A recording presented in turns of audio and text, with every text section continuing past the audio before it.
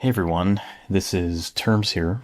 I wanted to make a video discussing one of the most asked questions I get, which is about my interface setup, the way I have things structured, and the way I play, because most comments I see are usually asking questions about Arcane Surge, the actual pop-up thing I have, my interface, my cooldown management, the way I see different things. And to be quite honest, my layout and my interface is really not that unique in regards to what actually exists out there in the eyes of other mages and what they're doing. I've seen some really interesting ones that stand out more, and that's because those players probably play full screen, whereas I play more window mode. I'm actually using a ultra-wide monitor, and my screen is, or at least my game window is a lot smaller. It's just the preference I've had for the past few years. And so I've had to adjust things. And so I was thinking about how I want to do this video, and I think it's easier to start from the top. The main interface itself is, like my action bars, my chat, my actual, player frame, my targeting, things like that. It's all PFUI. Once you install this, there's a lot of configuration. And this is sort of what I have going on. In my older videos, I used to run a right chat box for loot, just so people could see that. And it was something I also did for myself. But recently I've actually gotten rid of that, and I've actually readjusted my bars to look a little better and a bit more, less crowded, if that makes any sense. I still think everything here is crowded, but it works well for how I like to play.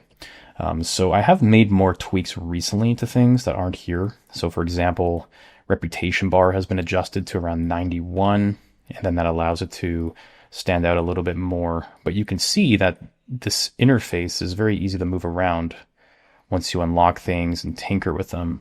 So I was showing this just to give an example of how I like to interact with the PFUI.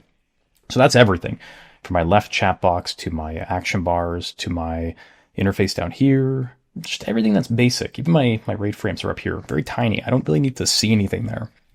Loot boxes are here, focus targets, targeted target, things like that. And so I like it, and it works a lot better than the default setup, and it's very easy to work with. So this is my new structure with the bars being on just there's like 3 rows of bars, and it goes all the way across. So that's that for now. Some other things I use that are probably more, sought after is, one of the big ones is the Arcane Surge proc, which I'm probably not going to see on that target dummy now that I realize it. We'll come to this one. And I have something called Arcane, I don't know what it's called anymore. It's called, here it is right there. It's called ArcaneSurgeWarning. This was made by 2 mages on Telebeam, and you can see it procs here. And the bottom red bar is the default timer of it. And if I use it, and let's say I was to proc it again, and I hope it does proc, there is a blue bar at the top, which is the internal cooldown of the actual surge. So the blue bar tracks the 6-second timer. And it's useful for if you're planning to rotate surge in, which typically it's not when you have above a certain threshold of haste. So I'm usually at 14 to 20%. And it's kind of not good after 15%. You're better just to leverage using Arcane Rupture and using Arcane Missiles with that debuff and continuing to just cast and go through this rotation, depending on what you're doing. Obviously, there's Arcane Power and the MQG trinket. So there's a lot of different things here. Another thing that I recently picked up from one of our newer mages in the roster is that he sets up his cast bar, like I have here, and he has all of his debuffs right here on top. And by debuffs, I refer to things that increase output. So for me, you can see clear casting. You can see Arcane Rupture, like the reset from the talents. You can also see the Wrath of Cenarius trinket, or ring proc when it's there, as well as the Band of Sulphurus. If I use the Scythe of Elune, you'll see the haste buff appear here as well. And this is all manually set up, by the way. using the debuff alert add-on. That's a pretty good one. By the way, I'll have links to everything in the description, so if you need to find something, you can find it there. But this is really useful for just tracking. And the bigger concept and idea here is your eyes naturally go up here to your buff bar, and that distracts you. But if you can keep your eyes in this general area to track and see things, it's a lot better. Like notice how Surge is here, and then all my debuffs are here. I can also track Arcane Surge here too. But the thing is, this is not actually a buff, and that might make it a bit more difficult, which is why I use this actual icon here. And so maybe in the future, I'll shrink it down and fit it here. Now, there's a few other things you could do. There is a debuff bar on the bottom that comes with the debuff alert add-on, and I use it for things like Warlock curses. You'll also see, for some reason, mob sunders. I think I can turn it off. I just haven't gone around to it. But I want to get this rupture icon down there, and the only way to do it would be to move it. And that moves into my next thing. You can see up here that I have this icon that contains AI, Spirit, Fort, Mark, all these things. That is VCB. And VCB is used for consolidating your buffs. Not everything, but just specific things. And so it's really good for buffs, for debuffs, and even filtering out what buffs get removed. So let's say you're a warrior, you don't want Spirit, it'll auto remove it whenever you get it. And I think that's really useful. So you can actually trigger this with the lock mode, and now you can move this around. And so referring back to that cast bar, you can actually, if I just turn this off and keep it like that, I can actually have my debuff bar here with the rupture, as you can see there, right down here, and that can be useful for tracking things. So I think that's really useful for this. But for now, I have not tinkered with that, and it might be something I do down the road. So let me lock this. Sometimes I crash from this with a memory issue. So again, client's a little buggy. So I'm going to wait until I drop combat, and I'm going to talk about this one here. This is RABuffs, really simple interface. This is used to track any type of buff or health or mana or anything you're trying to do when it comes to the way you play. So you can see that there's a lot of things on this list that you can look at, whether it's class-based or anything else. And it's good for just making sure that you can monitor what's up on the entire raid and what's not. So for me, I track Arcane Intellect, and I do have Wizard Oils here, which I kind of don't use, but I just leave it here for the size of the framing. And the way you do this is under layout, you can see it here, Arcane Intellect, and you can actually change the names, by the way. So it's pretty effective for what you want to do. And you can change the update frequency, which is how often it's checking to see when someone needs that buff. So you can make it more often, but it could change output. So for example, I can change this, well, let's leave it at 3. But if I want to add something new, I'll click here. Let's say I wanted to check Mark of the Wild. Query, Druid, Mark of the Wild. Or sometimes in runs, what I do is I like to track Emerald Blessing, because Druids are not always paying attention and they forget to keep that up. So that's something I'm looking at as like a, not raid lead, but and just an officer. I'm trying to manage things and see what's going on, and usually it's up. But you can track Mark, you can track Fortitude, depending on what you're playing. But I'll do Emerald Blessing, and I will add that. And you can see now it's at the bottom. If I click this up arrow, it goes up. And I will change the color to more of a green, because I want to make sure that's active. So whenever that's not up, it'll show blank. And obviously for me, I have Fortitude, I have Intellect. So I'm going to remove it. You can see now that this should update. There it is. So when I click on this, it'll buff me. And so if I do, let's say, Brilliant Wizard Oil, do I have any in my bag? I do. I can click on this, and it should do something, but it doesn't. Actually, that's Emerald Blessing. So this will auto Wizard Oil, which is pretty cool. So the other things I like to do, if you're looking around at my action bars now, is I have enough that I can put everything on my bar, but a lot of this stuff is pretty useless. Like I really don't use Dampen. I don't use Amplify Magic. I don't use Ice Armor. You know, these things don't really have to be there, right? And so I do have some consumes on here, BOP, which is like Blessing and Protection macros if you have enough Paladins, and some simple things like my Brainwasher, Wand, bandages, basic stuff you'd use. And so it's up to you entirely on how you want your bars to be set up. I know some mages who set their bars to disappear after a few seconds of mousing over it, and then they'll only have bars around their character or here that have their main spells, say like Arcane Rupture, Missiles, Arcane Power, and a few other things. So it's up to you on how you want to do that. And for me, I obviously have my teas keybound. I have my mana potions keybound, or like a potion option, so I can switch out mana potion to quickness potion if I wanted to. So you'll see in my videos, I do a bit of mouse clicking from time to time, like especially on these gems, but I know it's kind of weird to see that. Key binding is a lot more efficient today, but there's times where I find it's easier just to click and move on. So for me, I use some keybinds that are simple. Shift X is my mount usually. And if you try that, it's pretty easy to do. And then I will usually swap out my sapper for that. And then I use the grave key beside 1. And I use that for rank 1 Arcane Explosion, just a fish for procs like this. Funny enough, I got it. But I'll also switch that to Juju Flurry, which will give me haste.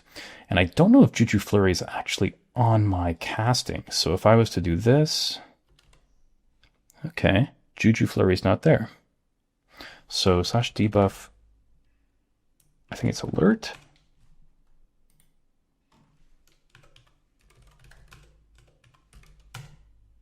Nope, it's not it. I'll have to find the keybind for that and check it in a minute. So, just to explain what I was trying to do, I was trying to add Juju Flurry to my bar, and I couldn't find it, so I'll have to do that afterwards. So some other things I use TrinketMenu for swapping. Some mages like to keep the full thing open, which I think is better because you can just see every trinket, but I like to keep my interface a bit more clean from what I was talking about earlier, because too much screen being taken up is just not good overall, in my opinion. And it's funny because mine looks like it takes up a lot of space. And then for trinkets, if I'm like casting, you'll see on certain bosses, I'm always changing my trinkets as we go. So when I drop combat, it's ready to go. A good example is a Nubricon, first boss in Spiderwing of Nax. I'll be using on a mage usually MQG, and then afterwards we're going into these the golem packs that we pull from Construct Wing, and then we go into the Spider AoE packs. Well, 30-second time for trinkets to change. I want to make sure I have something out that can give me threat reduction in case I pull aggro and die. So I'll usually switch to like my fetish and like let that load in. So that's pretty cool. And I have these both keybound to certain keys on my keyboard. So for my main trinket, I use Alt-T for that. And then for my scythe, I use Alt-Y, which is a bit out of the way, but it's good because I typically don't use that one that often. And so that's pretty good. And with TrinketMenu, I also use ItemRack like this, which is great for having gear sets. And I think anyone who wants to be fully optimized would use this. And so for me, I have a haste set, and you'll notice that my first trinket's not in there, but my second is because I'm just using scythe most of the time. But this is so I can change trinkets and not have to deal with an accidental 30-second wait time, because that's the most annoying thing when you've preloaded a trinket and it's ready to go, but then you change your gear set in ItemRack and then you have to wait another 30 seconds, and that takes away an opportunity to do damage or reduce threat, and it just further complicates things. And these are all keybound, by the way. I have my haste set, I have my fire set, so if there's fire, I have my crit set, and you'll notice my crit set actually changes my scythe out because I like to make sure I have enough, AoE power. And so I also have my arcane resistance set. So let's go back to haste. AR will just switch out certain pieces. So I have everything ready to go. A few other ones I have is a naked set, which I barely use. And then I have this one, which is tier 2. And this is because mages who get the 3-piece arcane tier 2, and I will put this on. What's going on here? Weird. There it is. This basically gives 15% more mana while casting regeneration. And that's when you use mage armor. And this will actually stay once you switch back. And so I think it's really effective to use this when you're trying to have more output. And so that's something I'm always doing. So you'll see me doing damage. And then in between runs or like mod packs, I will hit F5 for my set. I'll click Mage Armor, then hit F6 and go back to my haste set or my AoE set, which is F7. And I'll rotate around like this. So pretty interesting stuff. And I think it makes a really big difference. Now, a few other things, obviously, I have BigWigs, and BigWigs is set up for my boss bars, and I can show the anchors. I have them here, and they're pretty much shrunk. I believe I can test them too. So if I stop and test, I have them here, and they're quite small. I may make them smaller over time, and you can see how this would actually fit in with my frames. So that's why I do it like this. And then I have my test text and my other text here for big things that pop up. Pretty useful, pretty effective. And then a few other things that I want to comment on is threat meters here. And then I have rinse, which I use rinse for basically, it's like a decursive, but it's a lot less memory heavy and it's more performance focused. And so my rinse is set here and it just has a better interface. I have a lot of things blacklisted. And I have a couple things that are set. I have it locked at the bottom. It's inverse direction, so it goes upwards for my interface, and then I cap it at 10. So that's how I do it. And you can adjust this, of course, when necessary. And then, I mean, there's still a lot more I can talk about. As for my entire client, I'm running not only just Superwow, which is a mod, I'm also running VanillaFixes, which also runs that for you. And then I'm also running with VanillaFixes that lets it work is Nampower, which is this. And Nampower is really good for kind of spell batching. If you have higher MS, which I have about 86, it kind of ranges 40 to 86. And so this is good for, pre-assigning. So I can just hit 2. That didn't work. So I can do it here. And I can almost tap my spells earlier. So now, and it'll cast. Now, if I want to cast Rupture, I tap 1 twice, and then it will switch to that 2. So like you can basically pre-cast everything you're doing, and it'll save you a lot of time. So I have some options set here to make it easier, like double tap to change your cast and go somewhere else and use a different spell, or you can change it to be a single tap, etc. And the final thing I will talk about is I have this SimpleActionSets, which some people have commented that it doesn't automatically change when it should. Don't know why. Maybe I'm just not using these brainwasher ones, but it's kind of just something I haven't thought about too much. But I have a couple different versions for when I'm running. So like I have a normal fire, a normal arcane, and then I have an actual raid version, because the raid version changes up not only my mount, but my arcane explosion for the flurry. And that way I can just not have to think about clicking and moving things and being overwhelmed, because with our DT runs, we're very quick. And so I want to make sure that there's enough output and there's enough time spent to just keep my mind clear. So I can just come here, right click, change the bars. So for example, I'll click on that. It doesn't even change it. I gotta make some adjustments. So for example, this one, let's give you an example. So I'll change this. I'll delete this one. And I will save it as that. So now, if I go to Arcane, it'll swap that out. But the problem with this is that this one is wrong, because it's using an old mount. I wanted to use the Raptor, because that's my more fun mount now. So I can save this as Arcane. So now, if I click on this, I can rotate between this and that. And it's only changing like 4 things, but it's useful for many other things I'm doing down the road. And it's useful on my other characters I play as well. So that's kind of it. That's a bit of the overview. There's more I can go into, obviously, like, gear optimization, things I use, why I use them, things like that. But I think I'm going to save that for future videos with some of the other mages. So if you're curious to learn more, and have any questions, please let me know in the comments, and I can put something together and release that on the channel. Thanks for watching, and see you in a future video.